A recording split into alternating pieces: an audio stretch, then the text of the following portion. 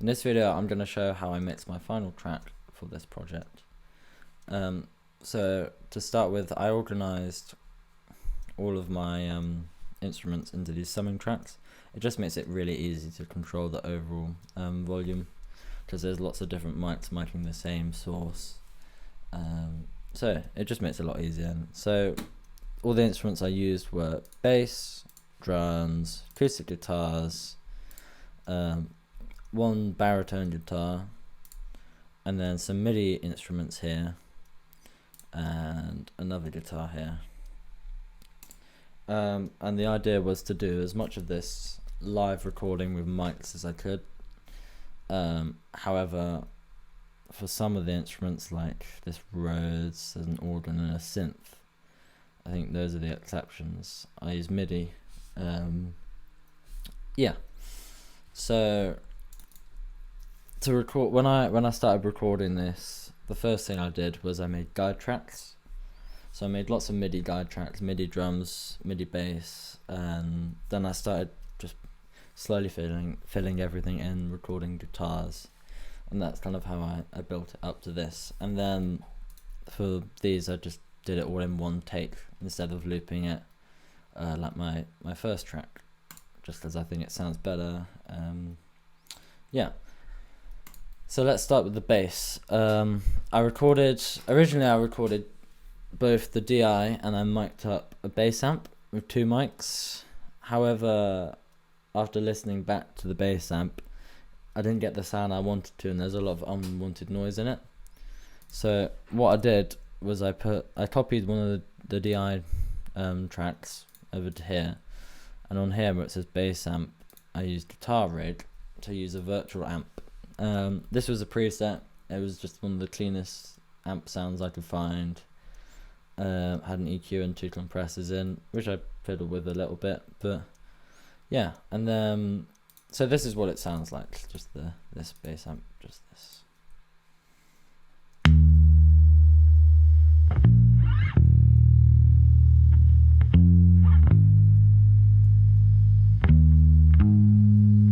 So I like the sound of that, and this is what the DI sounds like as well, with no effects.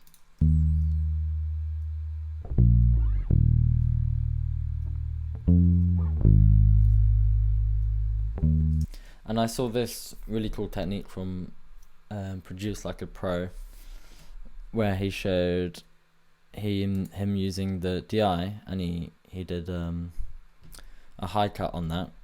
So got rid of all the high-end information, which I did with this EQ, to make it so you get all your low end from the DI,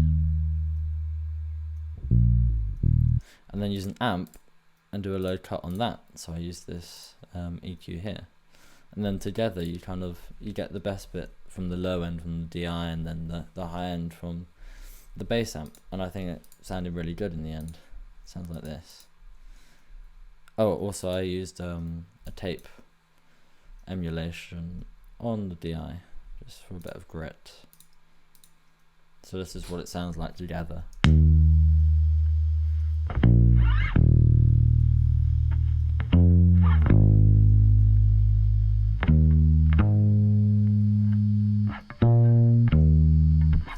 But I think that sounded really good. I was really happy with that. And then the other thing I did was on the summing track on both of these, I used this LA2 plugin from UA just to kind of level it out so it sounds more even. And it's just doing a tiny bit, taking a few decibels off. And it's quite a slow compressor, so it sounds quite nice and bass.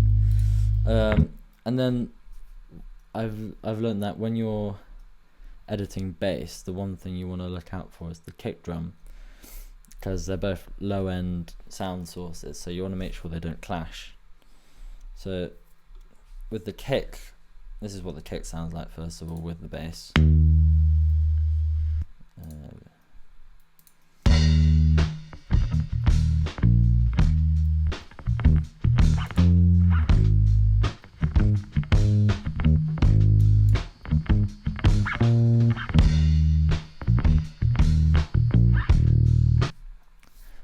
So to make sure those weren't interfering, I used this stock Logic plugin, and I just sidechained the kick to the bass to the kick, just so it's dumping a few decibels when the kick hits to make room for it. And that's quite a common technique used. So moving on to the drums, this is what the drums sound like all together.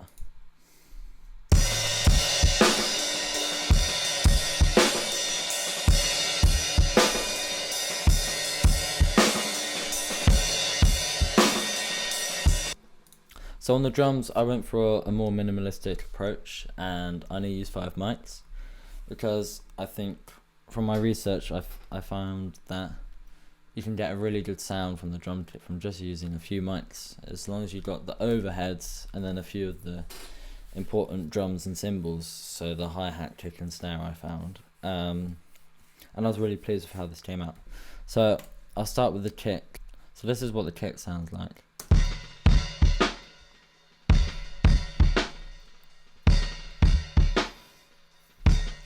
So on the drums, I really like using this Waves plugin. It's an SSL channel strip, and one of the most useful features on it is this gate. And the gates are really useful for minimizing the drum bleed.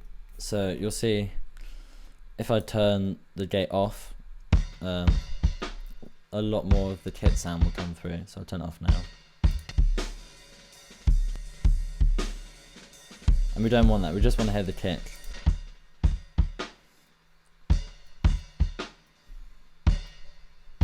And then after that, on this channel strip I did a few EQ things.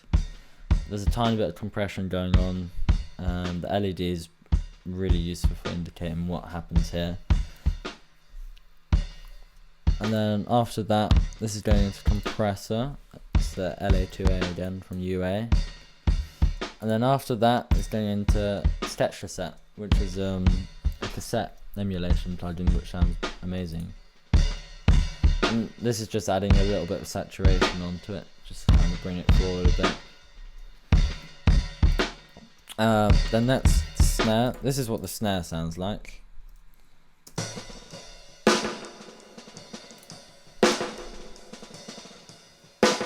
So again on the snare, I'm using channel strip again from Waves. So the gate again, if I take it off, this is what it sounds like.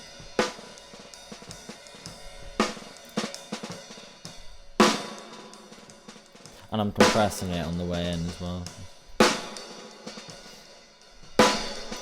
I didn't use any of these EQs here, but I did use these filters just to get rid of some of the low end, any rumbles or anything. The reason I didn't use these EQs is because I like using the API 550 on the snare, which sounds really good. Then after the SSL channel strip, I used a compressor on the snare, which is the CLA 76 from Waves. This is another level 26 emulation, which sounds great. To start with, I used the snare preset, and then I just to get the best attack and release time. Then I played with the input and output to find the best kind of levels of compression. And then after that, I used this tape echo from UA, which sounds really good, the Galaxy tape echo, just to kind of thicken up the snare, and kind of got a slap on it, which I really like. After this, there's I use this bus send to go to this reverb down here, which goes to this reverb. This is a plate reverb from UA. Moving on to the hats, this is what the hats sound like.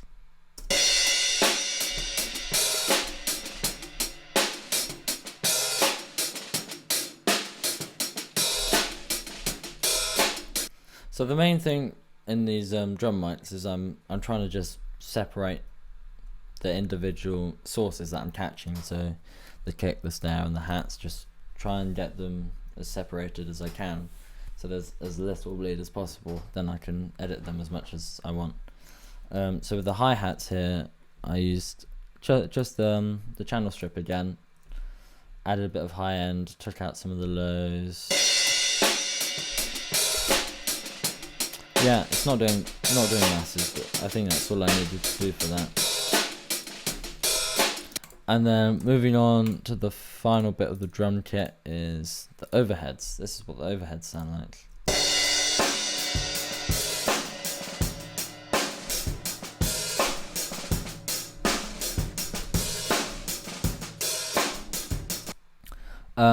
The overheads are really good. I used a stereo pair of AKG mics, the 451s. And one of them's picking up the left and one of them's picking up the right. And then when you pan them left and right in your DAW, it just makes the drums sound so much wider. So to demonstrate this, I'll put them both in the middle and then I'll change them halfway through.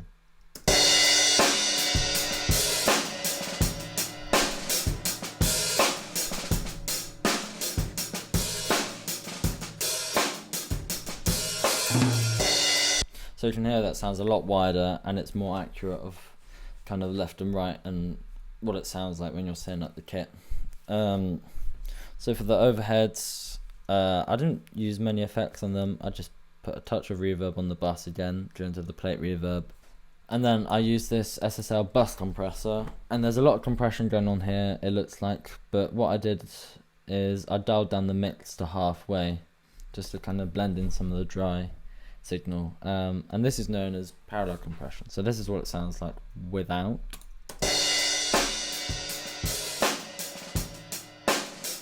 Now with.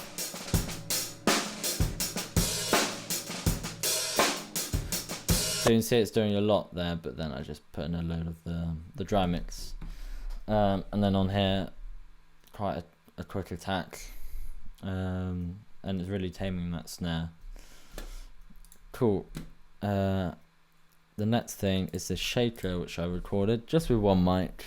And then I put some reverb on it, and this is what it sounds like.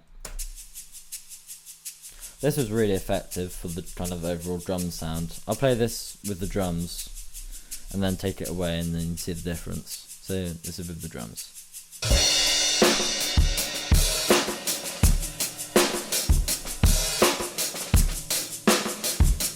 Now without.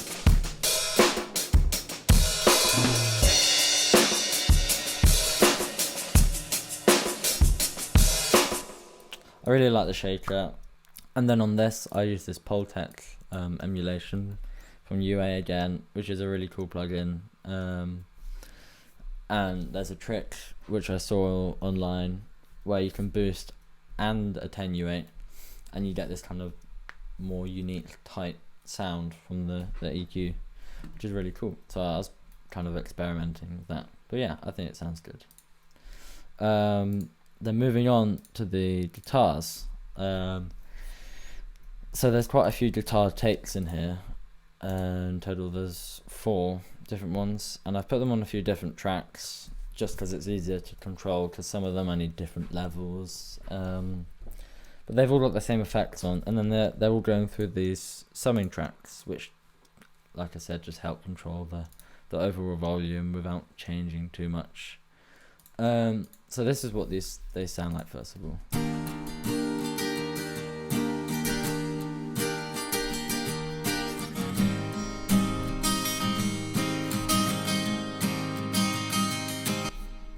So on these, what I did is I used one mic. It was a condenser, an Audio-Technica mic, and I recorded one take first, and then once I recorded that take, I panned it completely to the left. Then I recorded another take playing the exact same thing, and I panned it to the right. And what this does is it means the left and right speaker are playing something ever so slightly different, but it kind of sounds a lot wider and more interesting to listen to. And this is known as double tracking. Yeah, so then on the summing track, again I use this Pultec to take out some of the low end and add a bit of high end in. And this is what it sounds like with.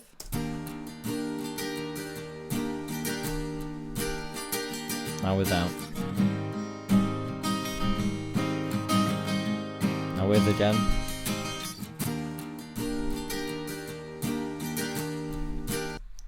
It's just taking some of the mud out. I used another Wave CLA 76 just to kind of tame some of the peaks. And I did this on the summing track, so it does both.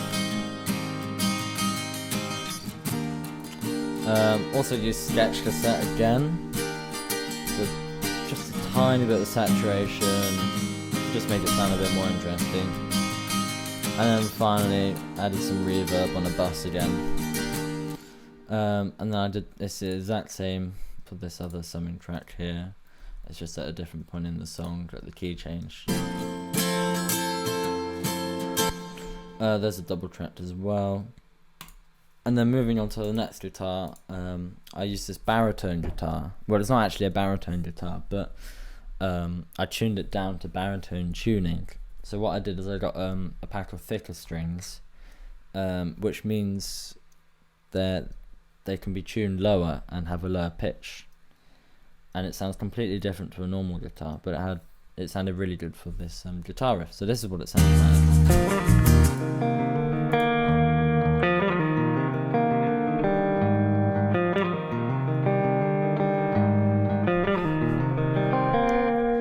So on this, I used two mics, an SM57 and an Audio-Technica condenser. And with the Audio-Technica, I put it a couple of meters away from the amp. So it's almost like a room mic. So that's how I treated it in here. So I blended it in with the 57, put on some reverb just on that. Also I had to flip the phase, because it wasn't in phase, which kind of meant it was missing some low end when you listen to them together. And then on the 57, I used this the CLA 76 again from Waves, just to even it out a little bit. Then I'll blend in the Audio-Technica.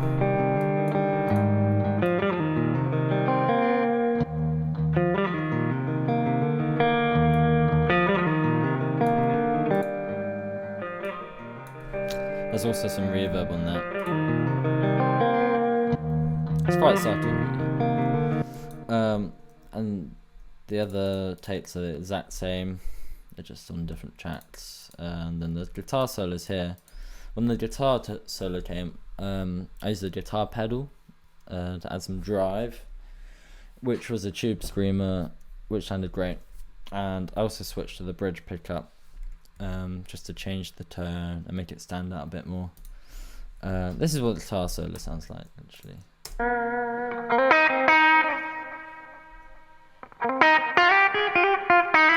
There's some bass for context.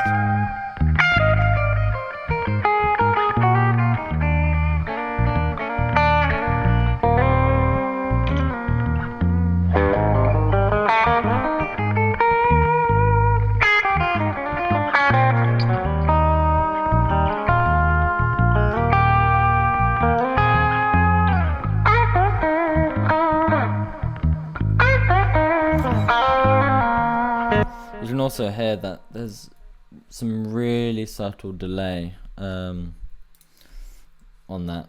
I did use a delay pedal going in just for like a slap back to kind of thicken up the sound, almost like doubling it. And then also I used this Galaxy Tape Echo again.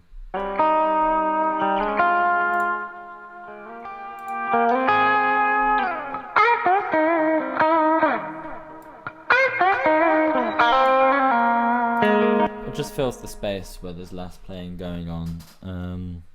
So that's the baritone guitar, which was one of my favourite bits that I used in this. And then during the solo, because everything kind of drops out, I play it how it kind of drops out to just drums, bass, and you hear the shaker comes up a lot.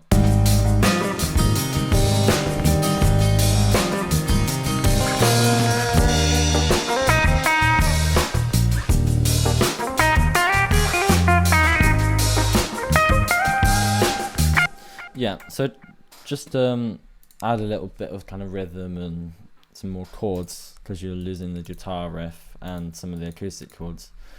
I added a Rhodes sound in there, which is kind of a vintage electric piano sound, and I used this Waves plugin, which sounded really cool, and I played it in so it sounded more real than just MIDI kind of programming.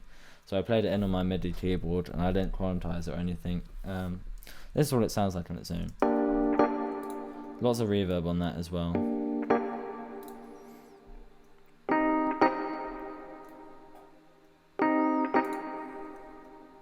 And then in the mix, it's just a nice layer sitting underneath.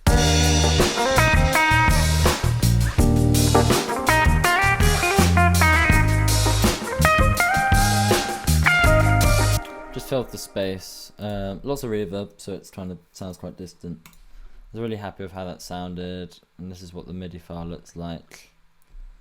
So you can see it's not perfectly in time because it's played in, and the velocities are slightly different. But I like how it sounds more human like that, instead of programmed. And then I did use the Rhodes again for the key change, which is kind of some more kind of longer chords, which sound like this.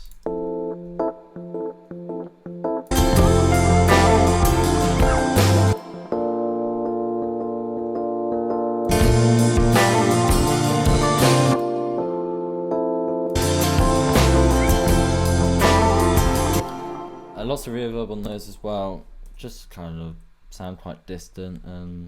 Another layer, and then moving on to the next MIDI instrument. These are the only MIDI instruments I use: the Rhodes, synth, and an organ. So moving on to the synth,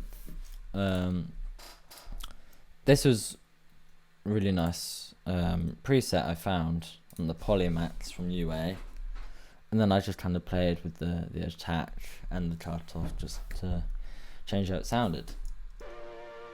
So it's quite quiet, but it's another layer. And then just to kind of mess it up a bit, I used Sketch Cassette to add some saturation, and I played with the Wham flutter, which kind of makes it modulate a bit so it's not perfect and kind of goes in and out of tune, which sounds really cool. And I'll play it without now, actually.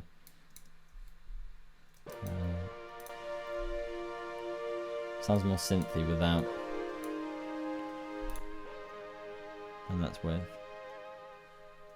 So it's a really quiet layer. Then the only other thing I did with this is there's a build up over here. I'll play it now.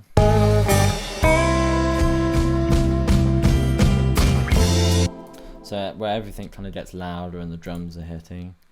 For that, I used some automation on the synth just to kind of make it get louder without having to do anything, and it's probably the quickest way to do it. So you can see the fade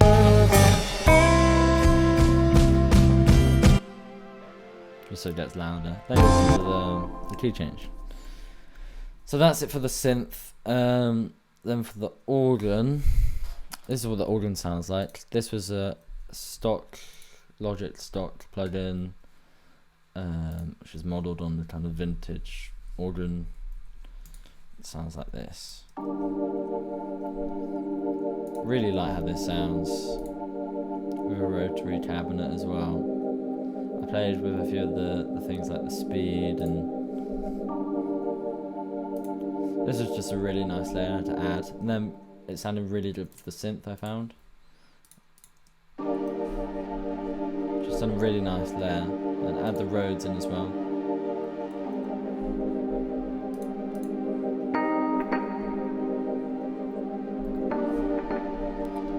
So that was really nice underneath the solo.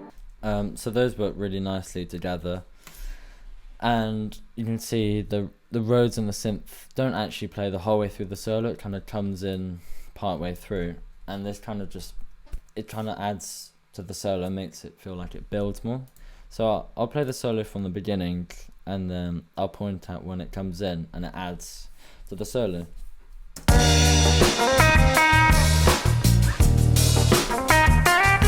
So you can hear the Rhodes now. Now head into the organ and the synth.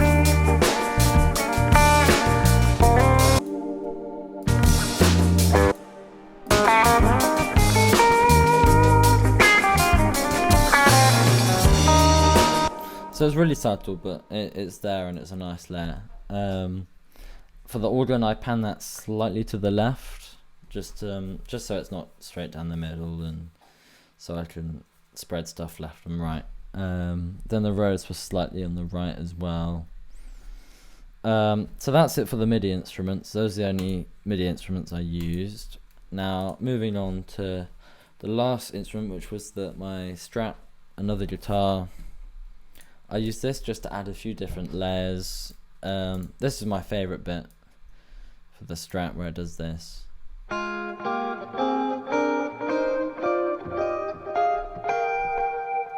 now I'll play it in context.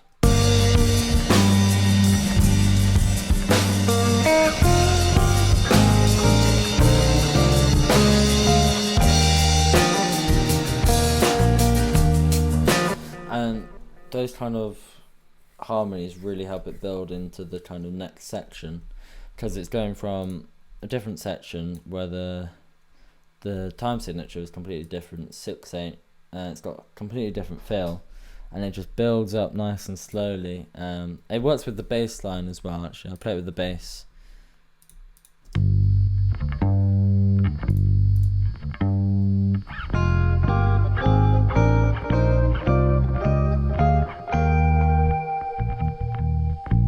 And then it goes into the next section, and you can also hear the delay trails on it as well, which kind of add to it and fill in the spaces.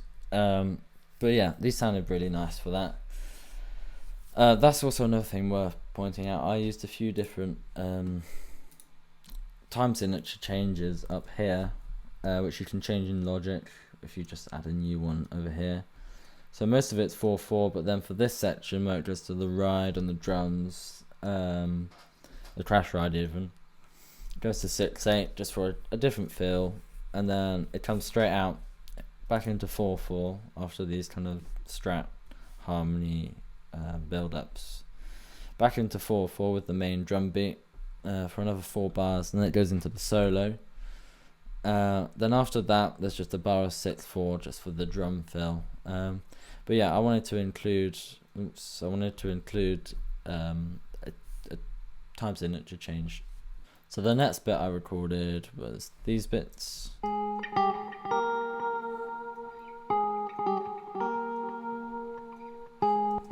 And then in context sounds like this.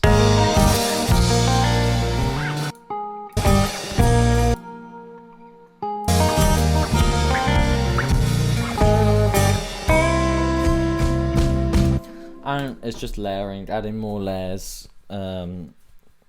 Yeah, and then on those you can hear the delay going on in the background. It's another Galaxy Tape Echo, and I use the tempo sync to kind of line that up with the tempo so it's in time. I doubled this up with the baritone melody, so together they sound like this. So to get this sound, I use the capo high up and I match the key just to play it together. It sounds really nice, and it's a development from earlier where you didn't have it, so it just sounds bigger and more dramatic as it gets towards the end with the key change and everything. And then there's kind of some solo-y bits going on just to add even more to it. And then some more.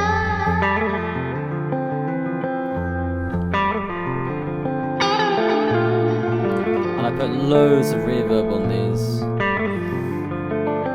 two here, just to kind of make it feel like it's distant.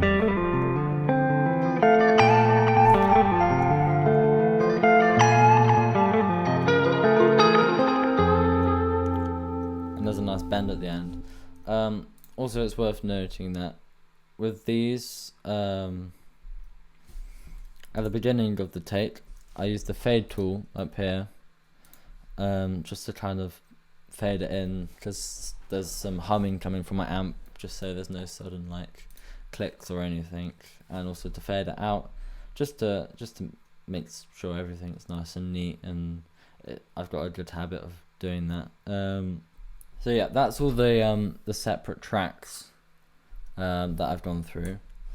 So after I did all that, on the stereo out channel, I used this master bus plugin again from Waves, the SSL master bus, just to kind of do a tiny bit of compression, just to kind of glue everything together, which is a technique a lot of people use on the master bus.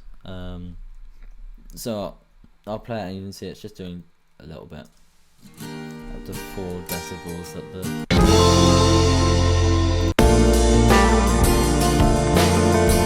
and just kind of pulls everything together. I also forgot to mention that on the drum bus, I'm also using that as gain, doing a tiny bit compression.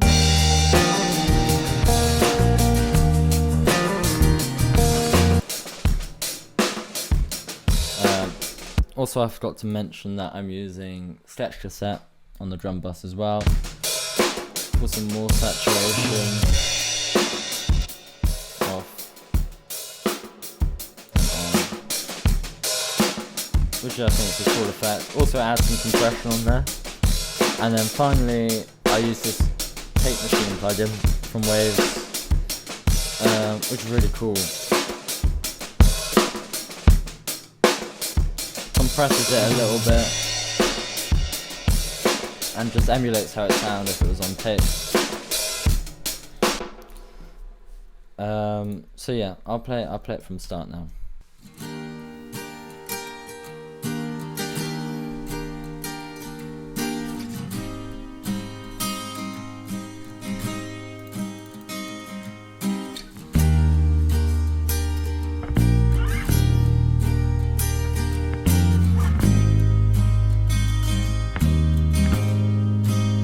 Where the main riff comes in, and the shaker as well.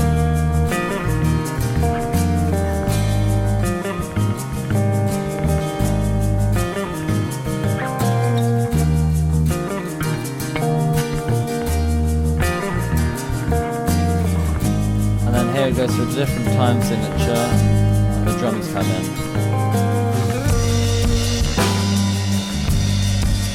Also the synth comes in here as well.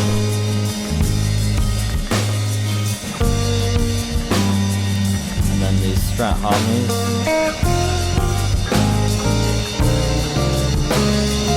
Back to 4/4.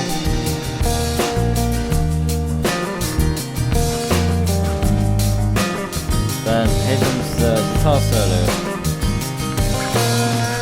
So the Rhodes come in.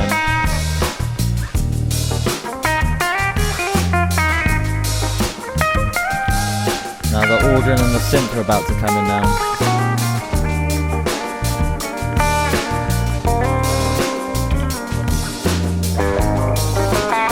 Acoustic guitar's about to come back in.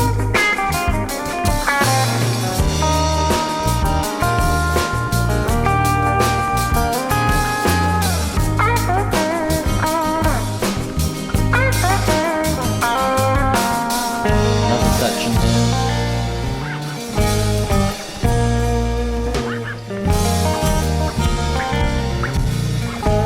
6/4 for the drum. Then this is the key change, the final section.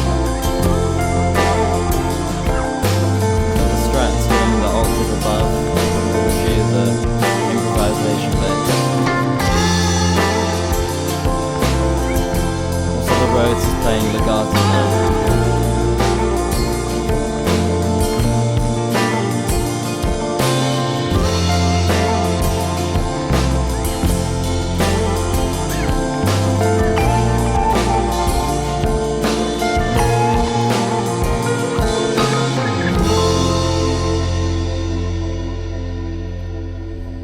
Then at the end, just the stereo channel is just automated to fade out.